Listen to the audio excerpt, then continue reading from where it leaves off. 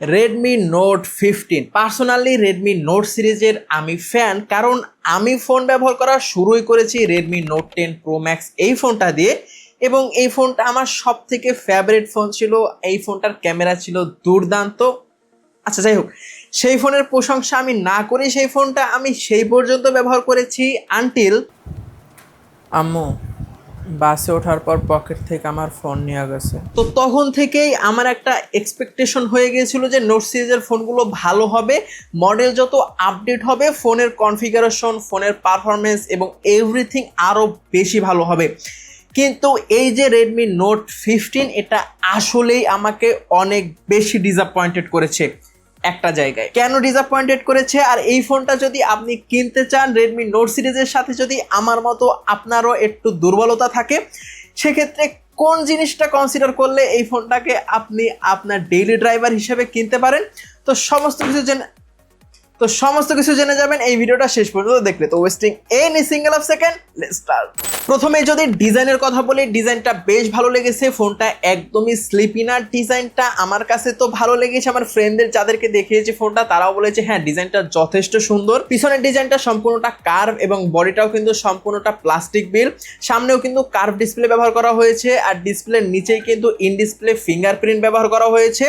Overall ডিজাইনটা বেশ সুন্দর, হাতে নিলে খুবই ভালো ফিল হয়, একদমই বাল্কি লাগে না, ওয়েটটাও খুবই হালকা, ওয়েট ডিস্ট্রিবিউশনটাও বেশ ভালো। আমার কাছে আছে ব্লু কালার, হ্যাঁ ব্লুর ভিতরেও কি ব্লু জানি বলে, যাই হোক এটার আরও 2-3টা কালার আছে, বাট ব্লু কালারটা যেহেতু আমার কাছে আছে, ব্লু কালারটা বেশ ভালো লেগেছে, একদমই খারাপ না। আর ফোনটার বিল কোয়ালিটিও কিন্তু প্লাস্টিক হওয়ার পরও যথেষ্ট শক্তপোক্ত, যথেষ্ট ভালো। আর এই ফোনটিতে প্রোটেকশনের জন্য একটি কেস কিন্তু বক্সের ভিতরেই পেয়ে যাবেন। তো ফোনটি হাত থেকে পড়ে গিয়ে ভেঙে যাওয়ার মতো যে রিস্কগুলো, সেটা থেকে আপনি অনেকটাই সুরক্ষিত থাকবেন। আর ব্যাক সাইডটা সম্পূর্ণটা ম্যাট ফিনিশ, যার কারণে খুব একটা ফিঙ্গারপ্রিন্ট পড়ে না, স্ক্র্যাচ এখন পর্যন্ত আমি ব্যাক সাইডে একটাও ফেলতে পারি নাই। এক কথায় ভালো বলতেই হবে, বিল কোয়ালিটি বা ডিজাইন আমার কাছে যথেষ্ট ভালো লেগেছে। ডিসপ্লেতে কার্ভ ডিসপ্লে ব্যবহার করা হয়েছে। অনেকের কাছে কার্ভ ডিসপ্লেগুলো বেশ ভালো লাগে, অনেকের কাছে ভালো লাগে না, বাট এই ফোনের কার্ভ ডিসপ্লেটা আমার কাছে পার্সোনালি অনেক ভালো লেগেছে, দেখতে অনেক সুন্দর। 6.77 ইঞ্চের full HD plus AMOLED panel ব্যবহার করা হয়েছে, যেটা 120 হার্জের, এবং এই ডিসপ্লের পিক ব্রাইটনেস হলো 3200 নিটস। ডিরেক্ট সানলাইটেও কিন্তু ব্যবহার করতে আমি কোনো ধরনের ইস্যু ফেস করিনি। ভিজিবিলিটি যথেষ্ট ভালো, ডিসপ্লের কালার বলেন যা বলেন সব কিছু অনেক ভালো। ডিসপ্লের কালার বেশ ভাইব্রেন্ট, বেশ পপ, দেখতে সুন্দর লাগে। ইভেন এই ডিসপ্লে দেখার পরে আমি যখন আমার প্রাইমারি ফোনের ডিসপ্লে দেখতেছিলাম, তখন আমার নিজের ফোনের ডিসপ্লেটা আমার কাছে একটু ডাল ডাল লাগতেছিল। তো ডিসপ্লে অবশ্যই আপনার কাছে ভালো লাগবে। এখন এটা হলো গিয়া মেন বিষয় যে আপনার কাছে কার্ভ ডিসপ্লে ভালো লাগে কি লাগে না। পার্সোনালি আমার কাছে কার্ভ ডিসপ্লে খারাপ লাগে না, বেশ ভালো লেগেছে। আর ডিসপ্লে প্রোটেকশন হিসেবে অবশ্যই গরিলা গ্লাসের প্রোটেকশন পেয়ে যাবেন, তবে হ্যাঁ সেফটির জন্য অবশ্যই উপরে একটি স্ক্রিন প্রোটেক্টর গ্লাস বা টেম্পার্ড গ্লাস যে যাই বলেন না কেন, সেটা কিন্তু অবশ্যই ব্যবহার করার জন্য আমি পার্সোনালি রিকমেন্ড করব। ফোনটিতে চিপসেট হিসেবে দেওয়া হয়েছে মিডিয়াটেকের হেলিও G100 আলট্রা।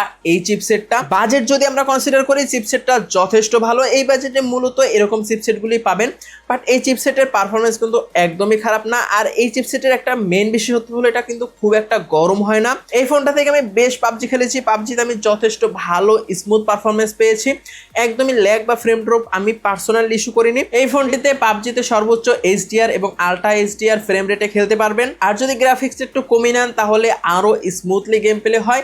গেম প্লেতেও কিন্তু খুব একটা গরম হয় না, যতটুকু গরম হয় এটা যে কোনো ফোনের জন্য স্বাভাবিক, মানে ওভারহিটিং বা একটু বেশি গরম টাইপের কোনো রকমের ইস্যু ফেস করবেন না। আর ডে টু ডে লাইফে আমরা যত ধরনের অ্যাপস ব্যবহার করি না কেন, সেগুলো বেশ ভালো স্মুথলি রান হচ্ছিল, সেক্ষেত্রে আমি কোনো ধরনের ইস্যু একদম ফেস করিনি।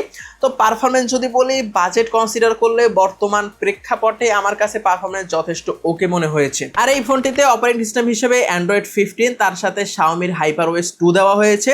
শাওমির HyperOSটা কিন্তু অনেকের কাছে অনেক বেশি ভালো লাগে কনসিডারিং আদার যত অপারেটিং সিস্টেম আছে।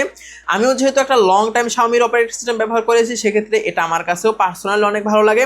অনেক রকমের ফিচার আছে, অনেক কাস্টমাইজেশন করা যায়, তো ওভারঅল এটা যথেষ্ট ব্যালেন্স এবং স্মুথ একটা ওএস। বাট হ্যাঁ, অনেকের কিন্তু আবার কমপ্লেন আছে যে HyperOS ভালো না, অনেক ল্যাগ থাকে, অনেক বাগি থাকে। পার্সোনালি আমার কাছে অপারেটিং সিস্টেমটা ভালোই লাগে, আমি তেমন কোনো মেজর ইস্যু একদমই এখন পর্যন্ত ফেস করিনি। ওভারঅল আমার এক্সপিরিয়েন্স তো যথেষ্ট ভালো ছিল এর অপারেটিং সিস্টেমের সাথে। আমার কাছে যে ভেরিয়েন্টটা আছে এটা হলো 8256। পার্সোনালি আমার কাছে পারফরমেন্স বা অপটিমাইজেশন নিয়ে কোনো রকমের ইস্যু লাগেনি, আমার কাছে যথেষ্ট ভালো মনে হয়েছে। এই প্রাইস রেঞ্জের তুলনায় যদি আদার্স ফোনগুলোর সাথে আমরা তুলনা করি সেক্ষেত্রে অবশ্যই আমি যথেষ্ট ভালো বলবো। এখন আসি মেইন ডিসঅ্যাপয়েন্টেড যে পয়েন্টটা, সেটা হলো ক্যামেরা।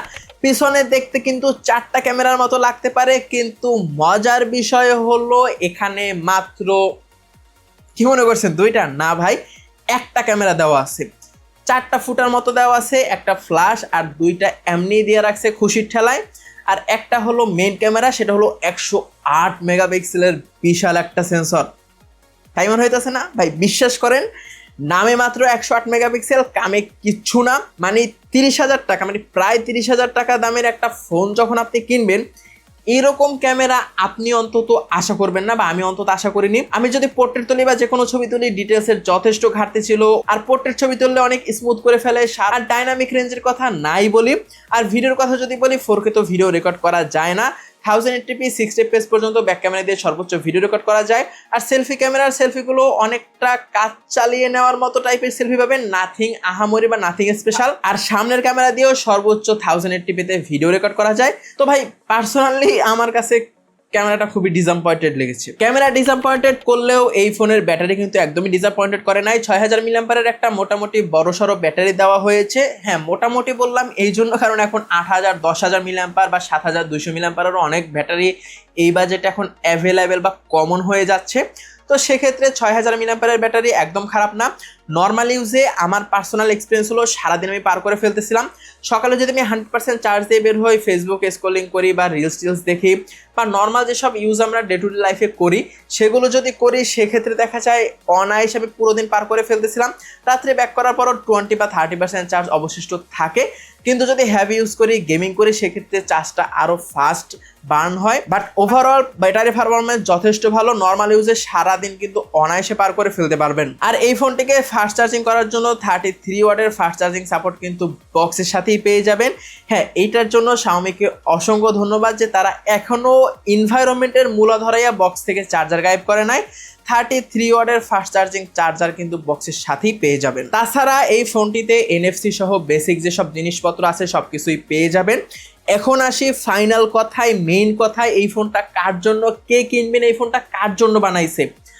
আপনার যদি একটা সেকেন্ডারি ডিভাইস প্রয়োজন হয়, অথবা আপনি এমন কেউ যার ক্যামেরা নিয়ে একদমই মাথা ব্যথা নাই, আপনার ক্যামেরা প্রয়োজন না, আপনার একটা ফোন প্রয়োজন যেটা আপনি ডে টু ডে লাইফে ইউজ করবেন, অনায়াসেই একদিন ব্যাটারি ব্যাকআপ দিয়ে পার করে ফেলতে পারবেন, মোটামুটি মিডিয়া কনজিউম করবেন, মাঝে মাঝে টুকটাক গেমিং করবেন, সেক্ষেত্রে এই ফোনটা অবশ্যই আপনি ফার্স্ট কনসিডারে রাখতে পারেন। মানে সোজা কথা হলো, আপনি যদি ক্যামেরাকে একদমই বাদ দিয়ে দিতে পারেন, সেক্ষেত্রে আপনার প্রায়োরিটি যাই হোক না কেন, এই ফোনটা হয়তো বা আপনি আপনার টপ চয়েসে রাখতে পারেন। আর যদি মেইন প্রায়োরিটি আপনার ক্যামেরা হয়, মেবি আপনি আদার্স অপশনের দিকে দেখতে পারেন। ক্যামেরাকে বাদ দিয়ে এই ফোনের আদার যেসব জিনিস সেগুলো কিন্তু আমাকে অবশ্যই ইমপ্রেস করেছে বা অবশ্যই আমার কাছে ভালো লেগেছে, একদমই ডিসঅ্যাপয়েন্টেড ছিল না। তো এই ভিডিওটা এ পর্যন্তই, আশা করি ভিডিওটা ভালো লেগেছে। যদি ভালো লেগেই থাকে তাহলে সাবস্ক্রাইব না করে কেন বসেছেন ভাই বলেন? মানে রোজার মাসে এমনিতেই কথা বলতে কষ্ট হয়, তার উপরে বহুত কষ্টে ভিডিও করতেছি, তার উপরে আপনি সাবস্ক্রাইবও করবেন না কেন? সাবস্ক্রাইব